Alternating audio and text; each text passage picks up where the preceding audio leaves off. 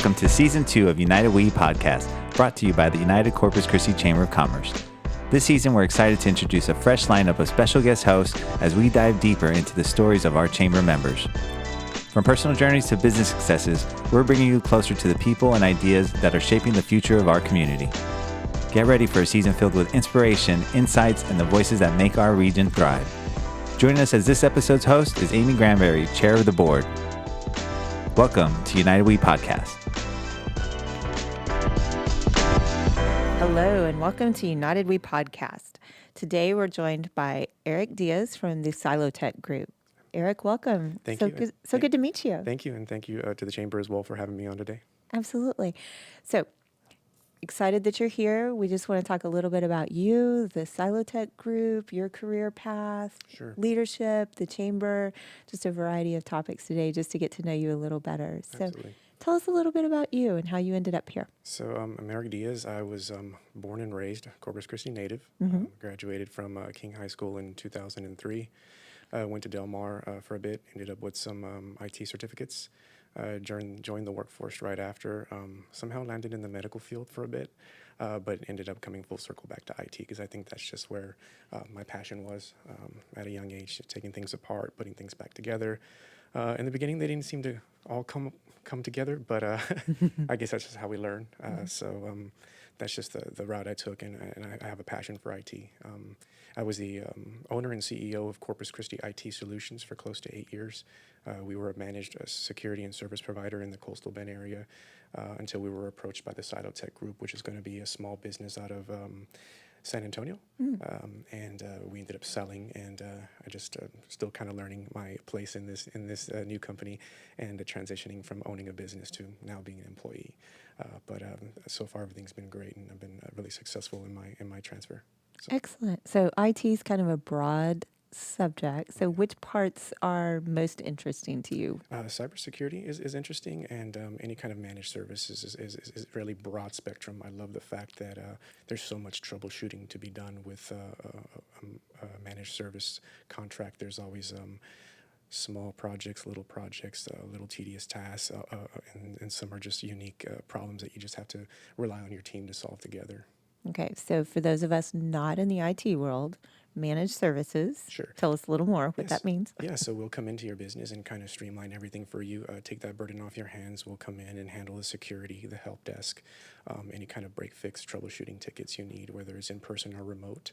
And then we can handle major projects like server upgrades, cloud infrastructure migrations, things like that. And then we also handle the cybersecurity too. So if you have a server in the cloud and you want us to tell you how many times someone tried to log into it and was unsuccessful, we could do that for you too. All those things are just done in real time, and we can pass that information on to our customers pretty quick. So cybersecurity stays in the news all the time. All the time. So talk to us a little bit about that. What does that really mean? So cybersecurity it's going to be the underlying defense of those systems and keeping them compliant and keeping them up to date with the latest firmwares, patches, and all those things that come with security. And with the whole the ramp up of AI, I know that's been a big thing in the news too. Is AI, in the wrong hands, AI can be a powerful weapon. We're seeing a lot of threat actors exploit AI and using it for malicious purposes.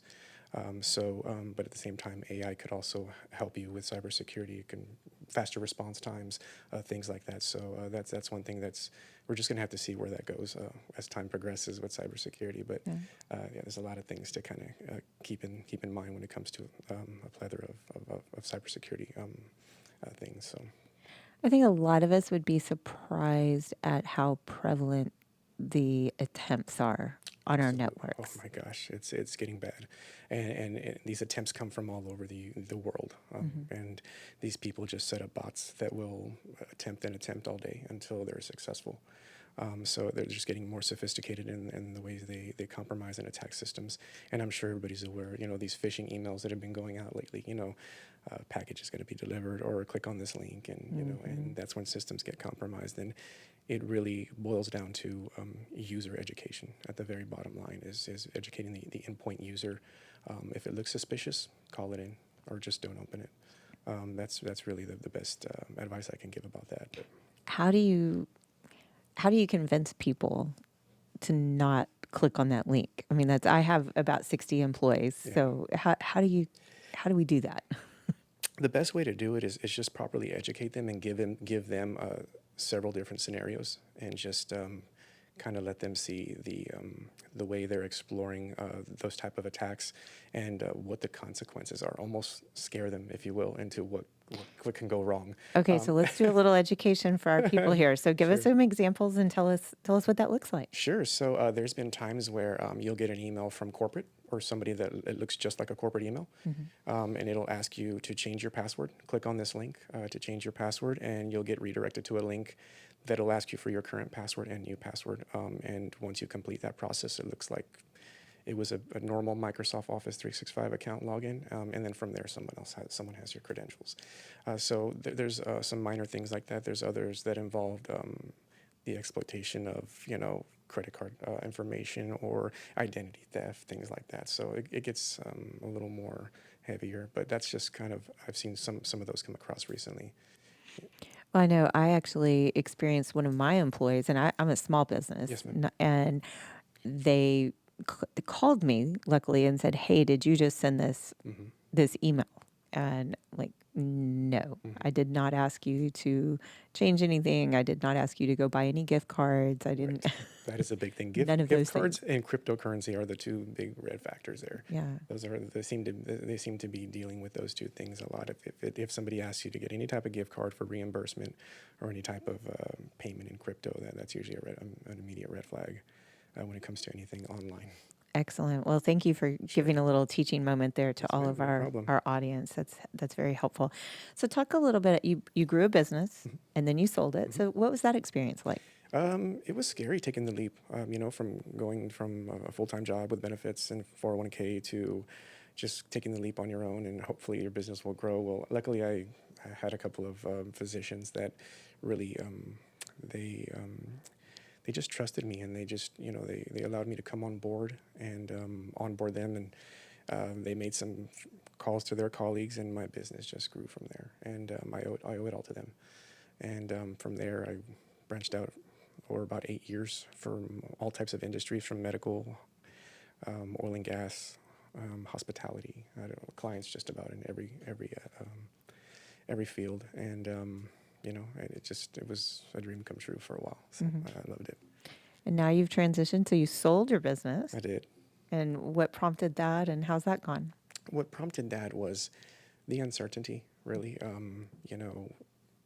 It wasn't just the fact of having the contracts, it was keeping them, being able to continue to service them with the current staff that I had. And I think the decision was the best decision to go ahead and sell and have a more broad spectrum team behind me. I think that had a lot to do with it. And so when did that happen? That happened February of this year. Oh, so it's really new still. Very new, still settling in for sure. But you stayed. I did. So you're an employee now. I am. I wanted to make sure that all of my clients were happy during the transition, and that way I could still stay on and just kind of see where I moved over, and they kind of moved me over to a more business development side. So that's kind of what I'm doing now, is just building relationships, keeping those relationships, and just kind of servicing from there. Okay, so that works really well. Moving on to the chamber and your experience there. So I'm assuming, you're a member of the chamber. So tell us about your relationship with the chamber. Yes, so I'm still fairly new to the chamber, under 4 months. From what I can tell, I've seen countless invites come through for ribbon cuttings, networking events, or any kind of celebration of people in their respective fields. So the chamber is just well connected. It's a great tool for getting to meet new people. So that's why I figured the chamber was number one on the list to join immediately. Fantastic. So what have you gotten to experience any of the events so far? I have. So I've been to the last event I was at was the celebration of the 50 women in engineering, and that was awesome. That was an awesome event. I got to meet new leads and just kind of connect with people, and it was awesome. So it was just a great event. Mi casa. Mikasa, yes. Yes, you were one of our waiters. I sure was. Yes, you were. Yes. So that is one of my favorite events, the women only networking, but we Yes. do let the guys come to serve the drinks and the food. Yes. So we appreciate you being there. Absolutely. But it is an exciting event to be able to celebrate women in their careers, and it's a great fun event.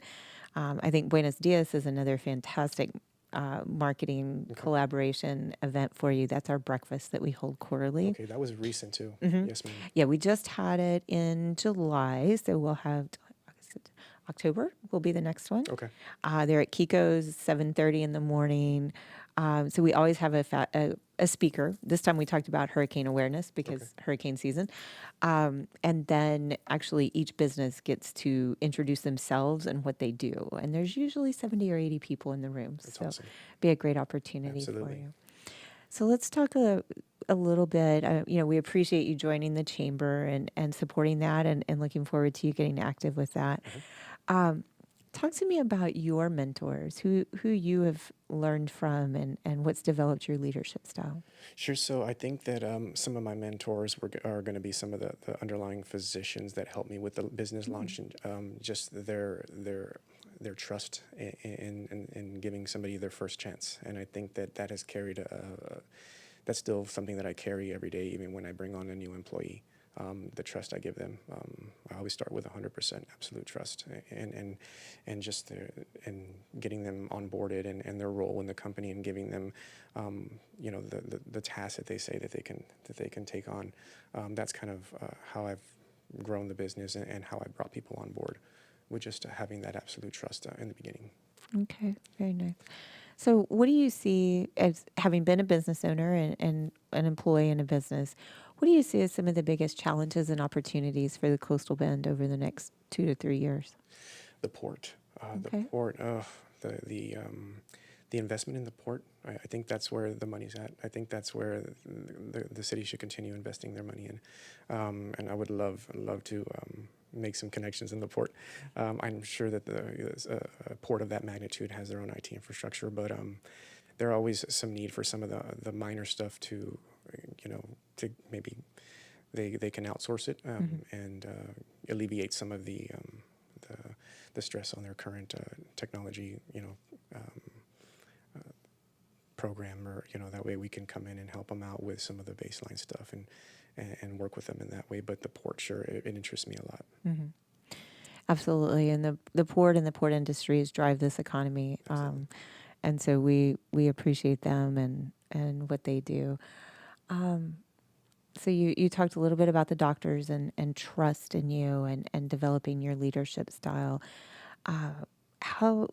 How has that grown, and then community collaboration? What do you, on a personal level, what do you see as some of the challenges and opportunities for this community, and where would you like to see growth and be a part of in the community? Just the growth and support of local businesses and business owners and entrepreneurship, and getting those small business conferences, and helping those first time business owners is so crucial. They're lost. Some of them are lost, and it's just important to keep them close and guide them and help them with financials and help them with small business loans and just how to go about it, and establishing a payroll, establishing those type of first time business things is a major thing that a lot of people need help with, and I know I needed help with that. Wonderful. Well, thank you so much. Anything else that we want to know about you or your group, or? We are a cybersecurity firm out of San Antonio. We are veteran-owned, disabled veteran-owned, women-owned. So we have a lot lot of those check boxes. And are you a veteran? I'm not. Okay, I was say because you didn't mention that. No, so I'm not. Okay, but that's okay. So veteran-owned. Disabled veteran-owned, small business, women-owned. So we have economically disadvantaged women-owned as well. So we have a lot of those check boxes, and we are a central hub in San Antonio, and we would love to help you in case you need any type of cybersecurity or compliance for your business. Well, thank you so much, and we really do appreciate the lesson on cybersecurity. Sure. I think for every business, they need to be paying attention to that, and for sharing your expertise. And we look forward to you becoming an even more active member of the chamber. Thank you. And thank you so much for making time for us today. And to our audience, thank you so much for joining us, and we will see you next time. Thank you.